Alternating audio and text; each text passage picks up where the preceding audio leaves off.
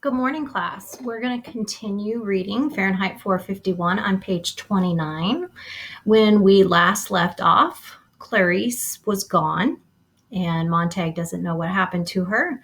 And he is also paranoid that the mechanical hound does not like him. So we're going to continue after the page break on page 29. The flutter of cards, motion of hands, of eyelids, the drone of the time voice in the firehouse ceiling, 1:35, Thursday morning, November 4th, 1:36, 1:37 a.m., the tick of the playing cards on the greasy tabletop. All the sounds came to Montag, behind his closed eyes, behind the barrier he had momentarily erected. He could feel the firehouse full of glitter and shine and silence, of brass colors, the colors of coins, of gold, of silver. The unseen men across the table were sighing on their cards, waiting. 1:45. The voice clock mourned out the cold hour of a cold morning of a still colder year. What's wrong, Montag? Montag opened his eyes. A radio hummed somewhere. War may be declared any hour. This country stands ready to defend its... The firehouse trembled as a great flight of jet planes whistled a single note across the black morning sky. Montag blinked. Beatty was looking at him as if he were a museum statue. At any moment, Beatty might rise and walk about him, touching, exploring his guilt and self-consciousness. Guilt? What guilt was that? Your play, Montag. Montag looked at these men whose faces were burnt by 1,000 real and 10,000 imaginary fires, whose work flushed their cheeks and fevered their eyes. These men who looked steadily into their platinum igniter flames as they lit their eternally burning black pipes. They and their charcoal hair and soot-colored brows and bluish ash-smeared cheeks where they had shaven close. But their heritage showed. Montag started up, his mouth opened. Had he ever seen a fireman that didn't have black hair, black brows, a fiery face, and a blue steel shaved but unshaved look? These men were all mirror images of himself. Were all firemen picked then for their looks as well as their proclivities? The color of cinders and ash about them, and the continual smell of burning from their pipes. Captain Beatty there, rising in thunderheads of tobacco smoke. Beatty opening a fresh tobacco packet, crumpling the cellophane into a sound of fire. Montag looked at the cards in his own hand. I've been thinking about the fire last week, and the man whose library we fixed. What happened to him? They took him screaming off to the asylum. He wasn't insane. Beatty arranged his cards quietly. Any man's insane who thinks he can fool the government and us. I've tried to imagine, said Montag, just how it would feel. I mean, to have firemen burn our houses and our books. We haven't any books. But if we did have some. You got some? Beatty blinked slowly. No. Montag gazed beyond them to the wall with the typed lists of 1,000,000 forbidden books. Their names leapt in fire, burning down the years under his axe and his hose, which sprayed not water but kerosene. No. But in his mind, a cool wind started up and blew out of the ventilator grill at home, softly, softly chilling his face. And again he saw himself in a green park talking to an old man, a very old man, and the wind from the park was cold, too. Montag hesitated. Was it always like this? The firehouse? Our work? I mean, well, once upon a time. Once upon a time, Beatty said. What kind of talk is that? Fool, thought Montag to himself. You'll give it away. At the last fire, a book of fairy tales, he glanced out a single line. I mean, he said, in the old days, before homes were completely fireproofed. Suddenly it seemed a much younger voice was speaking for him. He opened his mouth, and it was Clarice McClellan saying, Didn't firemen prevent fires rather than stoke them up and get them going? That's rich. Stonemen in black drew forth their rule books, which also contained brief histories of the firemen of America, and laid them out where Montag, though long familiar with them, might read. Established 1790 to burn English-influenced books in the colonies. First fireman, Benjamin Franklin. Rule: 1. Answer the alarm swiftly. 2. Start the fire swiftly. 3. Burn everything. 4. Report back to firehouse immediately. 5. Stand alert for other alarms. Everyone watched Montag. He did not move. The alarm sounded. The bell in the ceiling kicked itself 200 times. Suddenly there were 4 empty chairs. The cards fell in a flurry of snow. The brass pole shivered. The men were gone. Montag sat in his chair. Below, the orange dragon coughed into life. Montag slid down the pole like a man in a dream. The mechanical hound leapt up in its kennel, its eyes all green flame. Montag, you forgot your helmet. He seized it off the wall behind him, ran, leapt, and they were off. The night hammering about their siren scream and their mighty metal thunder. It was a flaking 3-story house in the ancient part of the city, a century old if it was a day. But like all houses, it had been given a thin, fireproof plastic sheath many years ago, and this preservative shell seemed to be the only thing holding it in the sky. Here we are! The engine slammed to a stop. Beatty, Stoneman, and Black ran up the sidewalk, suddenly odious and fat in the plump, fireproof slickers. Montag followed. They crashed the front door and grabbed at a woman, though she was not running. She was not trying to escape. She was only standing, weaving from side to side, her eyes fixed upon a nothingness in the wall, as if they had struck her a terrible blow upon the head. Her tongue was moving in her mouth, and her eyes seemed to be trying to remember something, and then they remembered, and her tongue moved again. Play the man, Master Ridley. We shall this day light such a candle by God's grace in England as I trust shall never be put out.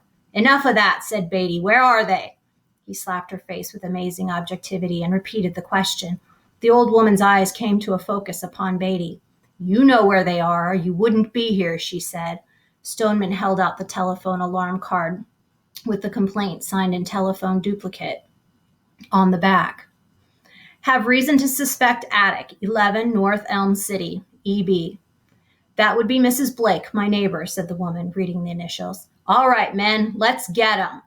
Next thing they were up in musty blackness, swinging silver hatchets at doors that were, after all, unlocked, tumbling through like boys, all rollick and shout. Hey! A fountain of books sprang down upon Montag as he climbed, shuddering, up the sheer stairwell. How inconvenient! Always, before, it had been like snuffing a candle. The police went first, and adhesive taped the victim's mouth and bandaged him off into their glittering beetle cars. So when you arrived, you found an empty house.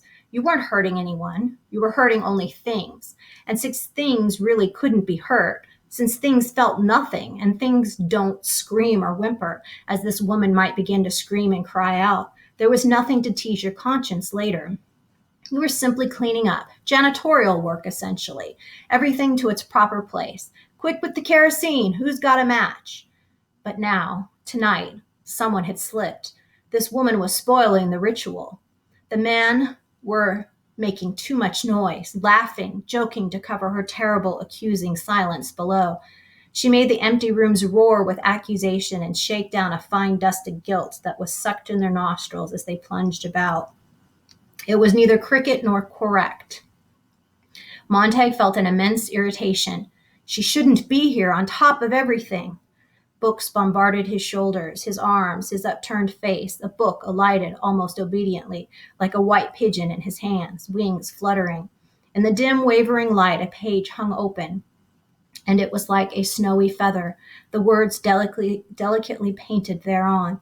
In all the rush and fervor, Montag had only an instant to read a line, but it blazed in his mind for the next minute as if stamped there with fiery steel. Time has fallen asleep in the afternoon sunshine. He dropped the book. Immediately, another fell into his arms. Montag, up here! Montag's hand closed like a mouth, crushed the book with wild devotion, with an insanity of mindlessness to his chest. The men above were hurling shovelfuls of magazines into the dusty air. They felt like slaughtered birds, and the woman stood below, like a small girl among the bodies. Montag had done nothing. His hand had done it all. His hand, with a brain of its own, with a conscience and a curiosity in each trembling finger, had turned thief. Now it plunged the book back under his arm, pressed it tight to sweating armpit, rushed out empty with a magician's flourish. Look here, innocent, look! He gazed, shaken, at that white hand. He held it way out as if he were farsighted. He held it close as if he were blind. Montag, he jerked about. Don't stand there, idiot. The books lay like great mounds of fish left to dry. The men danced and slipped and fell over them. Titles glittered their golden eyes, falling, gone. Kerosene! They pumped the cold fluid from the numbered 451 tanks strapped to their shoulders. They coated each book. They pumped rooms full of it. They hurried downstairs. Montag staggered after them in the kerosene fumes. Come on, woman! The woman knelt among the books, touching the drenched leather and cardboard, reading the gilt titles with her fingers, while her eyes accused Montag. You can't ever have my books, she said. You know the law, said Beatty. Where's your common sense? None of those books agree with each other. You've been locked up here for years with a regular damned Tower of Babel. Snap out of it. The people in those books never lived. Come on now. She shook her head. The whole house is going up, said Beatty. The men walked clumsily to the door. They glanced back at Montag, who stood near the woman. You're not leaving her here, he protested. She won't come. Force her then. Beatty raised his hand, in which was concealed the igniter. We're due back at the house. Besides, these fanatics always try suicide. The pattern's familiar. Montag placed his hand on the woman's elbow. You can come with me. No, she said. Thank you anyway. I'm counting to 10, said Beatty. 1, 2, please, said Montag. Go on, said the woman. 3, 4, here. Montag pulled at the woman. The woman replied quietly, I want to stay here. 5, 6. You can stop counting, she said. She opened the fingers of one hand slightly, and in the palm of the hand was a single slender object, an ordinary kitchen match. The sight of it rushed the men out and down away from the house, Captain Beatty keeping his dignity, back slowly through the front door, his pink face burnt and shiny from 1,000 fires and night excitements. God, thought Montag, how true. Always at night the alarm comes, never by day. It is because the fire is prettier by night, more spectacle, a better show. The pink face of Beatty now showed the faintest panic in the door. The woman's hand twitched on the single matchstick. The fumes of kerosene bloomed up about her. Montag felt the hidden book pound like a heart against his chest. Go on, said the woman, and Montag felt himself back away and away out the door. After Beatty, down the steps, across the lawn, where the path of kerosene lay like the track of some evil snail. On the porch, where she had come to weigh them quietly, with her eyes, her quietness a condemnation, the woman stood motionless. Beatty flicked his fingers to spark the kerosene. He was too late. Montag gasped. The woman on the porch reached out with contempt for them all and struck the kitchen match against the railing. People ran out of houses all down the street. They said nothing on their way back to the firehouse. Nobody looked at anyone else. Montag sat in the front seat with Beatty and Black. They did not even smoke their pipes. They sat there looking out of the front of the great salamander as they turned a corner and went silently on. Master Ridley, said Montag at last. What? Said Beatty. She said Master Ridley. She said some crazy thing when we came in the door.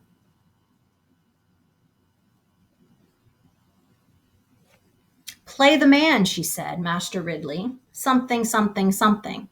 We shall this day light such a candle, by God's grace, in England, as I trust shall never be put out, said Beatty. Stoneman glanced over at the captain, as did Montag, startled. Beatty rubbed his chin. A man named Latimer said that of a man named Nicholas Ridley, as they were being burnt alive at Oxford for heresy on October 16, 1555. Montag and Stoneman went back to looking at the street as it moved under the engine wheels. I'm full of bits and pieces, said Beatty. Most fire captains have to be. Sometimes I surprise myself. Watch it, Stoneman. Stoneman braked the truck. Damn, said Beatty, you've gone right by the corner where we turned for the firehouse. Who is it? Who would it be? Said Montag, leaning back against the closed door in the dark. His wife said at last, "Well, put on the light." "I don't want the light. Come to bed." He heard her roll impatiently. The bed spring squealed. "Are you drunk?" she said. So it was the hand that started it all. He felt one hand and then the other work his coat free and let it slump to the floor. He held his pants out into an abyss and let them fall into darkness. His hands had been infected, and soon it would be his arms. He could feel the poison working up his wrists and into his elbow and his shoulders, and then the jump over from shoulder blade to shoulder blade like a spark leaping a gap. His hands were ravenous, and his eyes were beginning to feel hunger, as if they must look at something, anything, everything. His wife said, "What are you doing?" He balanced in space with the book in his sweating, cold fingers. A minute later, he said, she said, "Well, just don't stand there in the middle of the floor." He made a small sound. "What?" she asked. He made more soft sounds. He stumbled toward the bed and shoved the book clumsily under the cold pillow. He fell into bed and his wife cried out, startled. He lay far across the room from her, on a winter island separated by an empty sea. She talked to him for what seemed like a long while, and she talked about this and she talked about that, and it was only words, like the words he had heard once in a nursery.